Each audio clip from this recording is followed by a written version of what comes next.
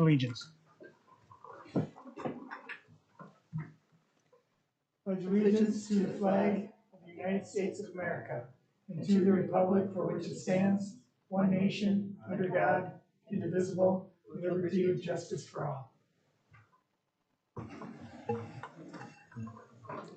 Okay, Angie, can we have a roll call, please? Holtkamp, Here. LaRue, here. Moody, Here. Odine, Here. Prendergast, here. Gormanson. Here. Thank you. Okay, next, our approval of minutes from the March 5th Planning Commission meeting. Make a motion to approve the minutes. Second. Question or comments on the minutes? All in favor? Aye. Aye. Opposed? Okay, now we'll go into public comments. If there's anybody in the audience has anything like to talk about, now would be the time. If they want to come up.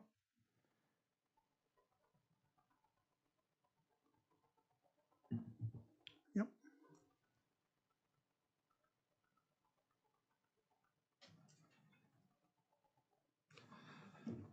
Good evening. My name is Dana Linscott. I'm a member of the River Falls Alliance for the Homeless. We're currently working on an emergency shelter for homeless residents in River Falls, but an emergency shelter is really just a Band-Aid. The solution to homelessness is transitional and permanent housing. And so our secondary step is hoping to form a public-private partnership to create deep subsidy, low income, minimalistic housing for River Falls residents that are either in danger of entirely losing their housing or are trying to regain housing after having lost it. At this point in time, in River Falls, like the rest of the United States, homelessness is going up while resources to help those who are becoming homeless is drastically being decreased. River Falls is no different. And we'd like to do something about it. We're hoping that anybody on this commission that is interested in discussing that, please contact us. And we'd love to meet and start a preliminary work on our plans and how we can work with the city to accomplish it. Thank you. Okay, is there anybody else? Oh, Sir, I'm guessing you've probably heard of Westcap. Have you heard of it? Yeah, okay. Because they have homeless intervention programs. They do subsidized housing. So that's a resource to start with. Aren't they closing? They closing? no, that you're thinking of ARC. ARC, We're sorry. Yeah. This ain't a discussion. Yeah, sorry. So, Westcap I look into it. Yes, I have. And like I say, the resources are decreasing while the need is increasing. They do great work, and we're really lucky to have them, but they don't have the funding, and their funding is decreasing when it comes to helping people that are losing housing. okay, is there anybody else in the audience have anything? Okay, move on to ordinance resolutions. The first thing is we have a final plat for Redmans Place subdivision. That's one thing, and then the other one is a special use permit. They're two different things, but Harley is going to give us a presentation on this first. Harvey Melhorn, he's one of our new planners. Well, good evening, Mr. Mayor, members of the commission. I am Harley Melhorn, the senior planner for the city. The first item before you tonight is Redmans Place, dual request, one for final plat approval and a special use permit for a supportive housing facility for adults with autism. By way of some background, the site was recently annexed into the city from the town, and it is currently located. It is located approximately 1/2 mile south of Cemetery Road on the east side of State Highway 29. The site is approximately 22.5 acres in size and is currently vacant but for a single family home in the center of the site that is to remain as development occurs around it. The final plat creates 33 lots in total, with 30 lots for the development of new single family homes and 1 lot for an existing residence to remain. The final lot is for a supportive housing facility that will be discussed in greater detail shortly. Additionally, 3 outlots are created with this plat, with outlots 1 and 3 being proposed for stormwater and outlot 2 for open space to serve the subdivision. A subdivision variance is also requested as a part of this final plat. Code allows for dead-end streets of up to 1,000 lineal feet leading up to cul-de-sacs. The applicant is proposing a subdivision variance that would allow for streets of up to 1,600 feet leading to dead-end cul-de-sacs. Staff is supportive of this request for a number of reasons. Firstly, due to historic access right forfeitures, WSDOT is only allowing for a single primary access point off of State Highway 29. Further, the site is surrounded on 3 sides by existing developments. And finally, the applicant has worked with both staff and WSDOT to provide a secondary emergency access through a 12-foot wide mountable surface that runs through Outlot 3, which is to run right here, out to State Highway 29. This will allow for emergency service access while still keeping the primary ingress and egress to the primary access point to the north. The next part of this request is a special use permit for a supportive housing facility for adults with autism. The proposed site is in the northeast corner of the subdivision and is roughly 4.5 acres in size. The property is zoned R2 multifamily residential, therefore necessitating the need for a special use permit for supportive housing facilities like this proposal and other like uses.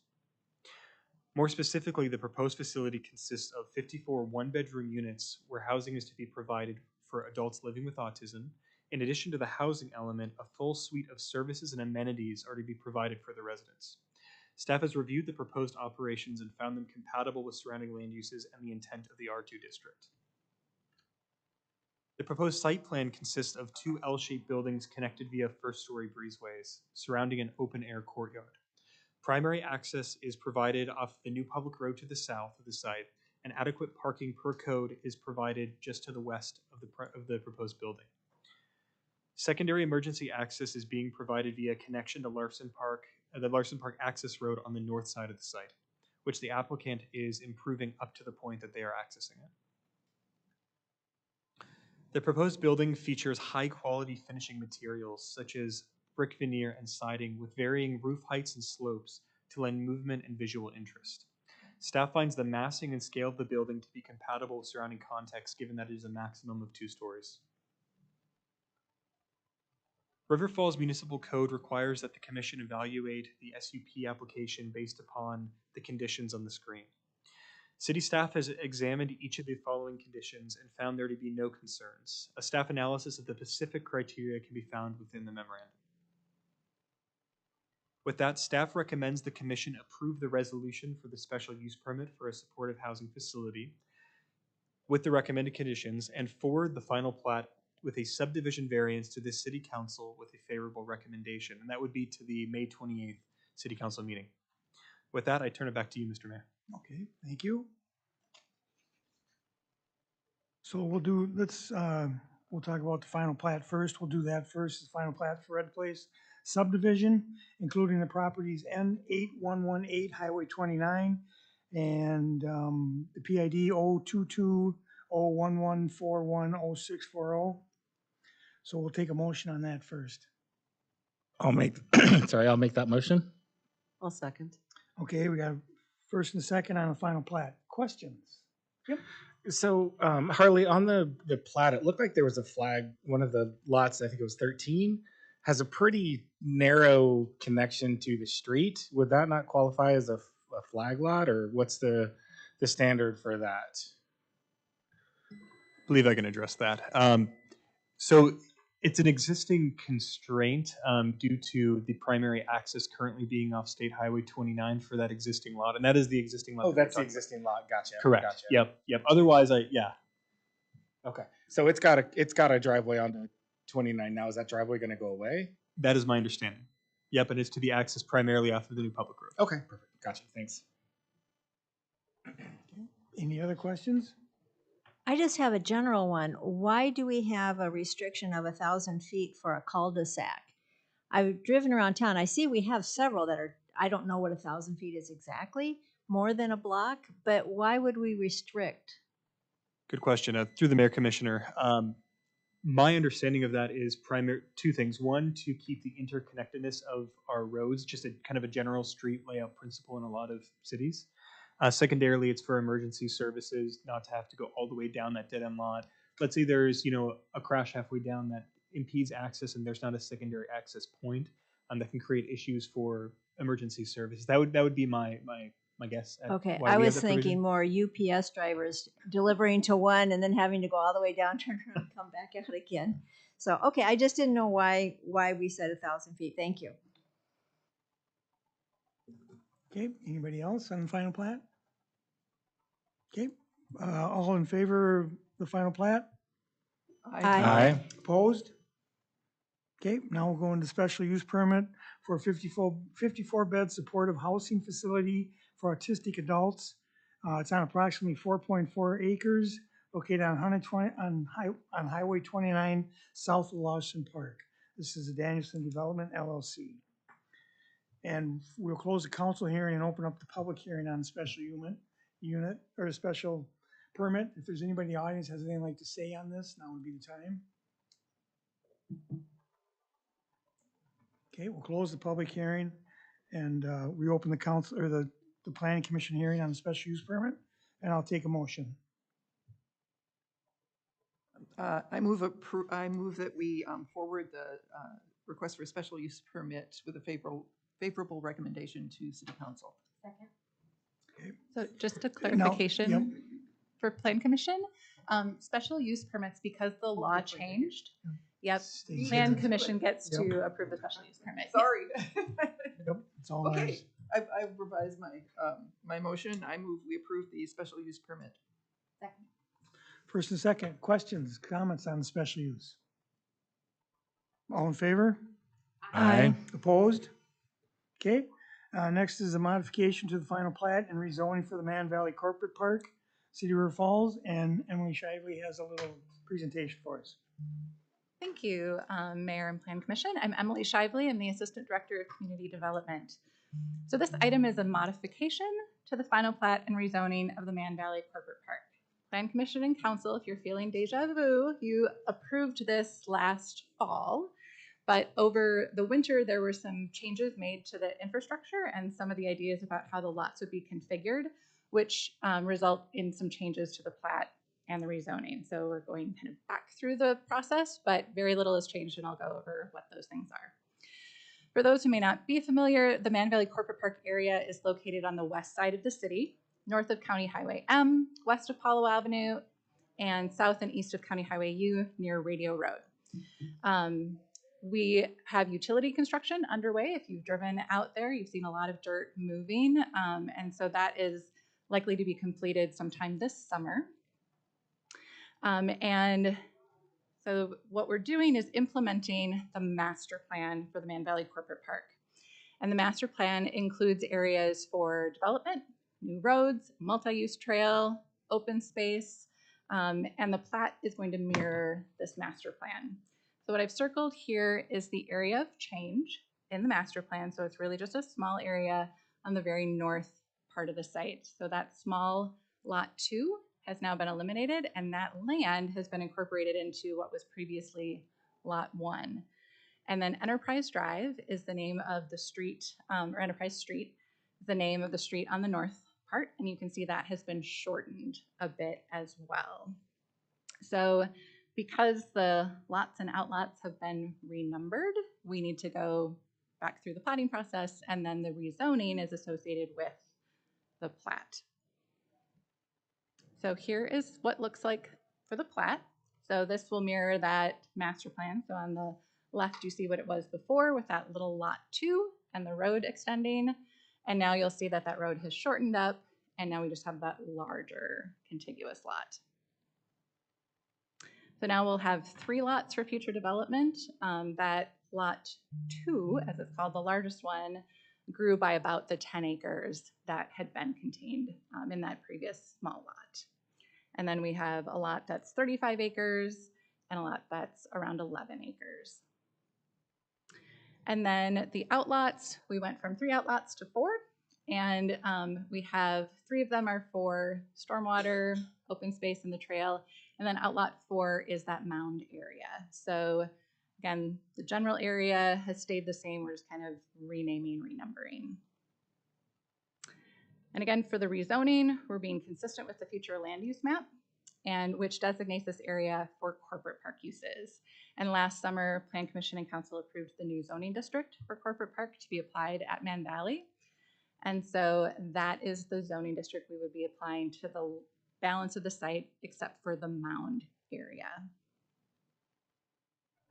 And as we're looking at final plats, similar to what Harley just talked about, we're looking for consistency with our regulations and the site characteristics, and staff has reviewed this. Again, very little has changed from when we looked at this last fall, so all of these are met.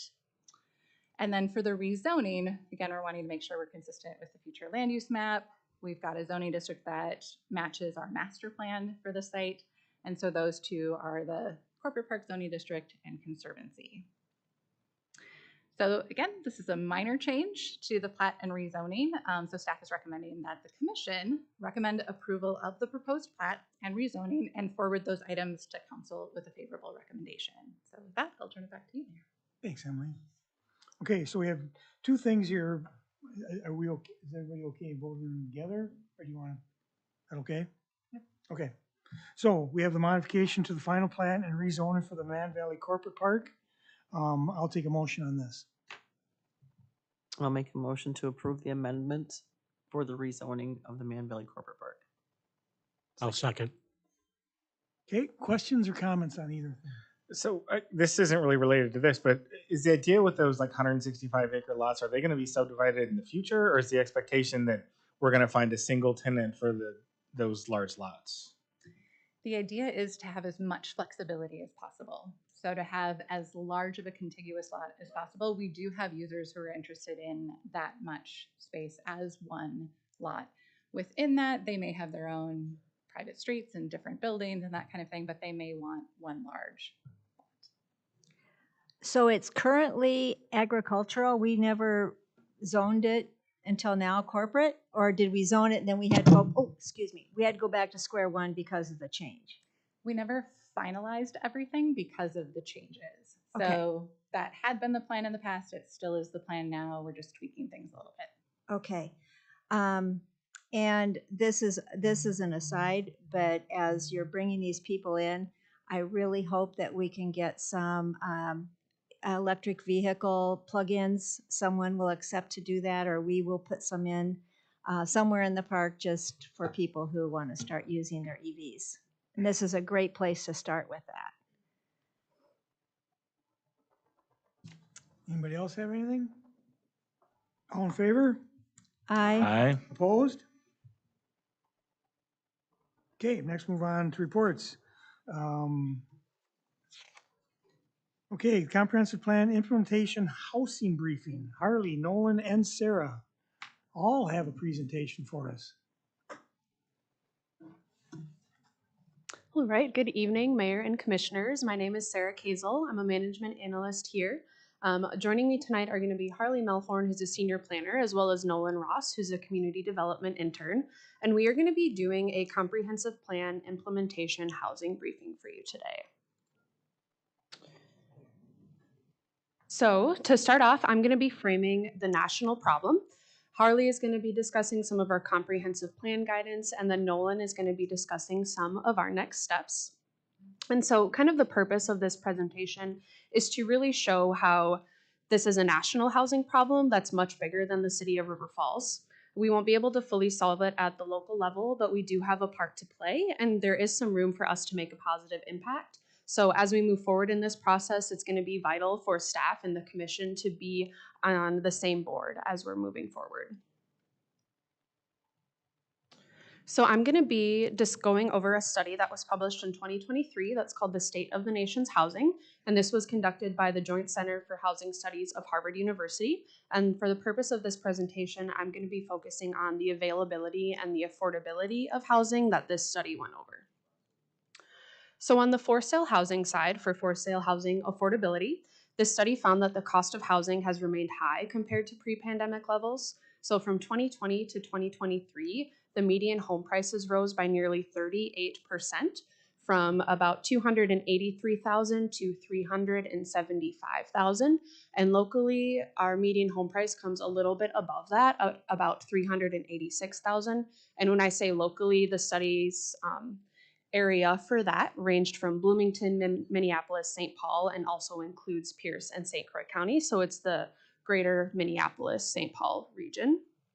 This study also predicts that housing prices are unlikely to return to pre-pandemic levels anytime soon due to the low number of housing units available for sale. So a little bit more on housing affordability. The annual income needed to afford a median priced home rose by about 20% from 2022 to 2023. In 2022, that median income needed was about $97,000, and that rose to about $117,000 in 2023. Locally, we see that income needed just a little bit above that at about $119,000. The monthly payments for these homes also rose by roughly 50% in 2022 alone. From January of 2022, the monthly payment on a median priced home was about $2,100, and by October of that same year, it had risen to $3,100. And this study found that that was largely due to the doubling of interest rates during that time period from about 3.4% to 6.9%. And they estimate that this priced out about 30% of the potential homebuyer market, which is about 2.4 million people. So then when it comes to that single family housing availability, in 2022, single family home building dropped by 11% and then continued to drop through the remainder of the year. And this study found that this decrease was largely due to the increase in borrowing costs, construction and land costs, limited lot availability, and then regulatory barriers such as minimum lot sizing. Additionally, in March of 2023, there were less than 1 million existing homes for sale. And so for comparison, this was about 42% fewer homes than in 2019 when that supply was already historically low. Now I'm going to transition to the rental housing affordability and availability side. So multifamily construction has continued to rise from 2022 to 2023. The new construction in 2022 was at the highest number it has been since the 1980s at just over 500,000 units. And that number, again, almost nearly doubled by 2023 to be just under 1 million units under construction. The majority of this construction targets the high-end market, where the median asking rent in 2022 was about $1,800. And despite this being where the majority of current construction is, there has actually been a sharp decline in demand for this type of unit. This study found that that's largely due to many higher income households moving to home ownership, which leaves those higher end apartments available with fewer people able to afford them. Consequently, there's been a decline in low-cost rental supply. So those low-cost rentals are where there's the least amount of vacancy and the highest amount of demand. And in this market, only made up about 5% of new construction in 2022. So this study also went on to give a few suggestions to addressing this national housing shortage that cities are able to do. One of the first ones was alternative construction methods. So this included off-site construction, which they found can greatly reduce construction time as well as save on costs. They also recommended the utilization of accessory dwelling units, also known as ADUs. And this is a type of infill housing that can help increase the supply in communities with limited land available. And then they also discussed zoning reform. They found that there was an estimate 75% of land in many cities that is zoned exclusively for single-family homes that could be zoned alternatively for multifamily. And they also discussed growing policy momentum at the federal level that seeks to address some of this restrictive zoning. And then lastly, just a little bit more on how this relates directly to River Falls. The study found a national shortage of at least 1.5 million units. And River Falls, our recent housing study conducted in 2022, found that our city would be in need of just under 1,000 units by 2030. They found that the population has increased in suburbs, rural areas, and smaller metros, which we see in St. Croix County, which is one of the fastest growing counties in Wisconsin. And they also found that many older adults are aging in their community, which further increases the demand on single-family units. And now I'm going to pass it on over to Harley to go over the comprehensive plan. Good evening again, Mayor, members of the Commission. From here, I would like to sharpen the focus of the presentation to the local guidance provided by the comp plan.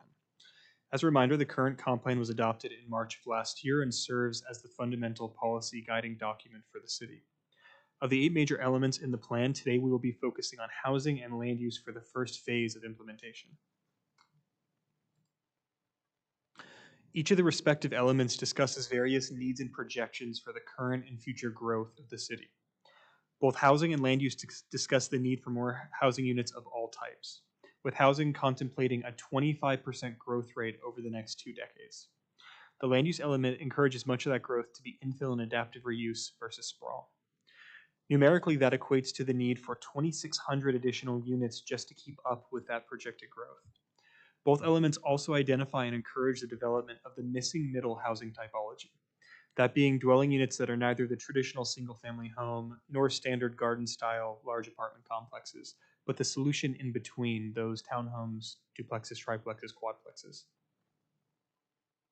So with those needs and projections laid out, for the purpose of the first phase of planning comp plan implementation, we have selected 3 items from the implementation element, 1 from land use and 2 from housing. We selected these items due to their importance in laying the foundation for future implementation action. Further, staff feels that these items provide the most immediate and direct benefit to both the general population and development community. The first item we have selected to update is to update the zoning code to support the land use categories of the land use chapter.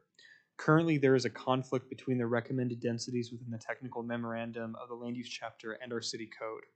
This item seeks to rectify that, which would immediately provide for the opportunity for more flexible and available housing typology on our existing lot stock. The next 2 items that we have selected are harmonious with that of the land use item. Firstly, to update the zoning ordinance to support density and development that accommodates the aforementioned missing middle housing. And secondly, to consider the adoption of alternative housing options, most notably accessory dwelling units. So with that, I'll pass it to Nolan, who's going to discuss some policy recommendations from the league, go over a little bit more specifics about the phase 1 implementation, and then talk about some next steps.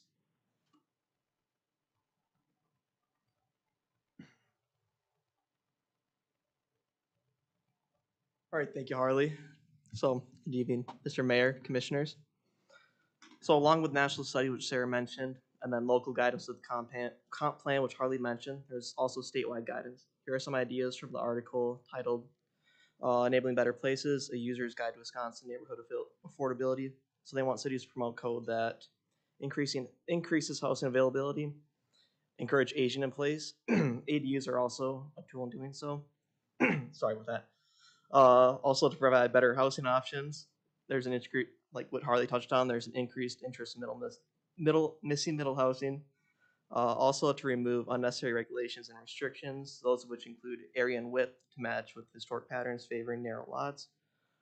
Setbacks should be reduced to historic distances to allow for greater use of existing lots, and then also lot coverage to match with historic patterns as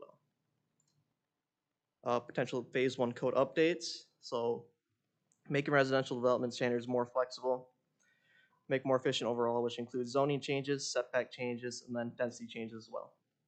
ADUs, or accessory dwelling units, they're another recommendation from the league. They provide policy guidance, so we'd have to adjust the policy to work in River Falls. Some Wisconsin cities that allow ADUs are La Crosse, Eau Claire, Madison, and Stevens Point, to name a few. What to expect in the near future, whether or not ADUs will fit in the city of River Falls, then if so, figuring out the technical aspects of the ADUs and the code of it, and then overall code changes. Next steps, also going through data collection, figuring out non-conforming lots in the city. We have also contacted other communities that have allowed ADUs to get their advice on allowing them. We have received very helpful information on the topic. ADUs were also identified by Sarah while looking at the National Housing Report, and then also by Harley in the comprehensive plan. There will be forthcoming work sessions in the late summer, early fall, with more phases to come. That's all I have for you. Thank you, Mr. Mayor. Thanks. Okay, so let's go over, do we have any questions for these guys on this? We'll just kind of roll with it as it goes. Looking forward to more information on this, guys. Yeah, ADUs, they can be other than housing, can't they? You can have an ADU that you use for your gym, you know, that type of thing, right? Through the Mayor, Commissioner, typically the definition of an accessory dwelling unit is that it is a dwelling unit. There are accessory structures that are already allotted and allowed for by our code provisions. Okay, so we would make sure that these were housing for housing, dwelling. Yep, that they would be able to be dwellings, yes, ma'am. Okay.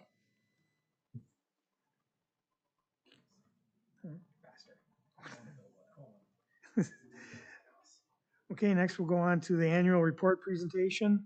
This is Ellen's going to have a presentation for us.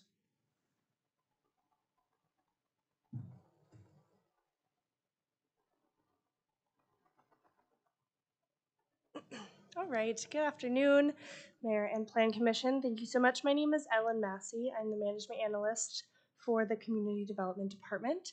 And today I have the pleasure of sharing with you all the 2023 Community Development Specific Annual Report.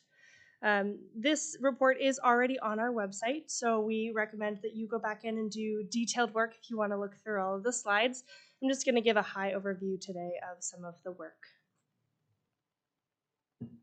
So it's important when we're thinking about the things that we accomplished in 2023 is that we're looking back on what our guiding boundaries were and what our goals and how we executed those plans. So first we turn towards our strategic initiatives that were created by Mayor and Council in 2021. These were put into different categories, and from there, those categories, the Community Development Department created plans and projects that were specifically connected to the strategic initiatives that had created that that Mayor Council had created. From there, it's also important that we recognize that we are still part of the city, and so we have our city mission, vision, and values to attest to. As well, we have a wonderful community development director who guides us in the path moving forward, and our in bold here on the slide is the community development specific mission for the city as well. So it's through those guidelines and those guiding documents that we look back on the work that we created in 23. Our first major project that we wanted to connect to was Mann Valley Corporate Park. As you all are aware, this is our fourth corporate park here in the city, and it is over 200 acres of developable land, the largest lot being over 165 acres.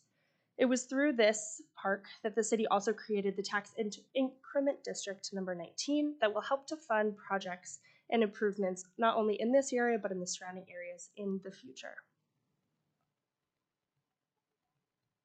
Our second project is looking at the water tower and the North Loop utility extension.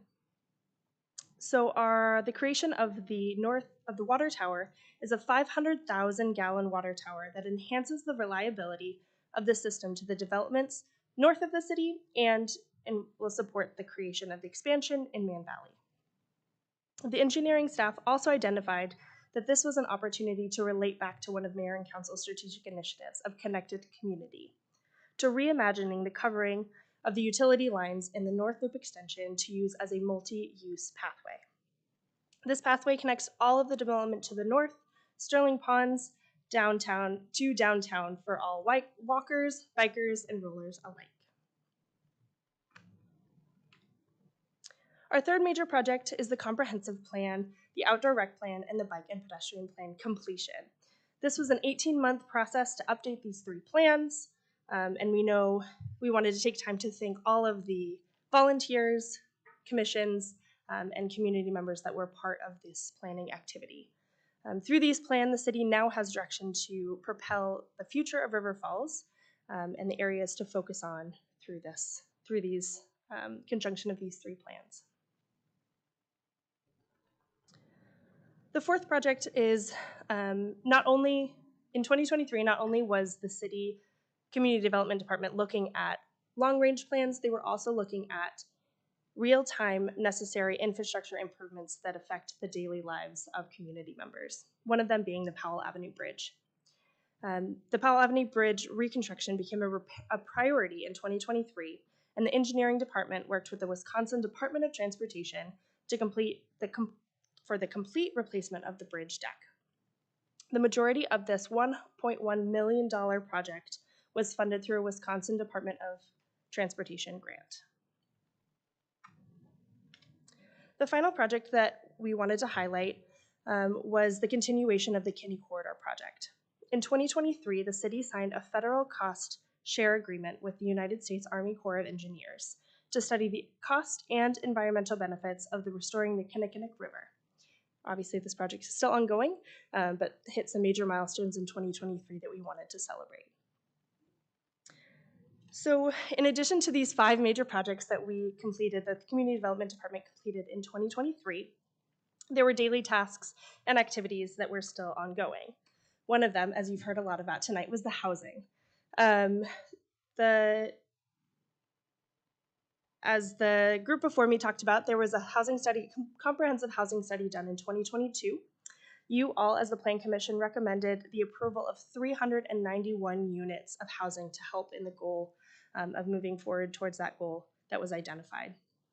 2 projects to highlight, the Lake George Lofts and as well as the Upland. This has a mixture of both affordable housing and market value housing in its construction, and will help on many fronts in the housing shortage. Our Economic Development Division has not only been working on the creation of Mann Valley, but it's also been working on the support of our businesses around town. This is some wonderful growth that we've seen from businesses alike in 2023. And then the code enforcement, building, and inspections teams have been providing a range and working diligently to enforce the code and performing safety inspections throughout the city. Now, we know that there is a lot of work that's been done in 2023 just from the Community Development Department, and we wanted to be aware of providing these opportunities and projects in a fiscally responsible way.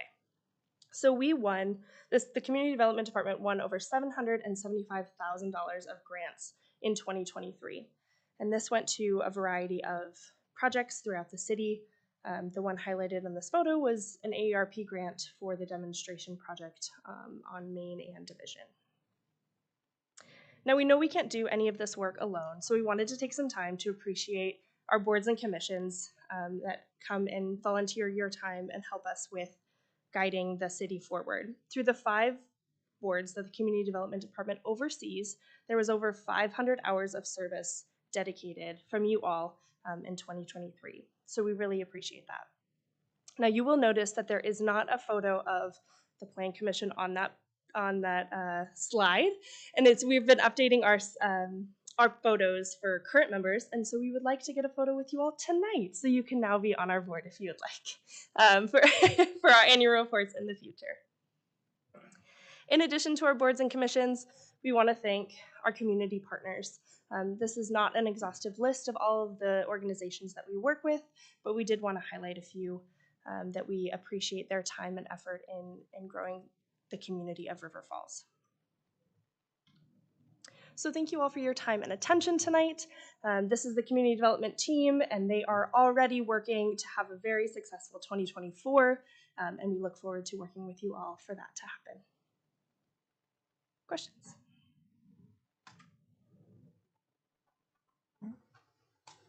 Great, thanks. Thanks, Ellen. Good job, everybody. Okay. Can I make a motion? Yeah. To adjourn? Yeah. Thank you. We skipped the planning update. We need a, what? I second. Oh, I'm sorry, Emily.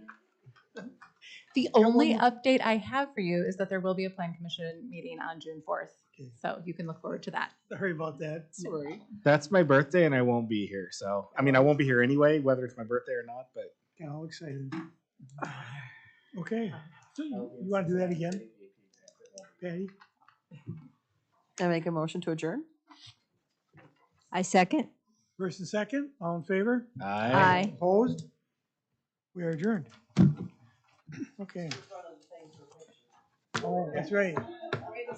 We need to make that officially part of the meeting. Do we need to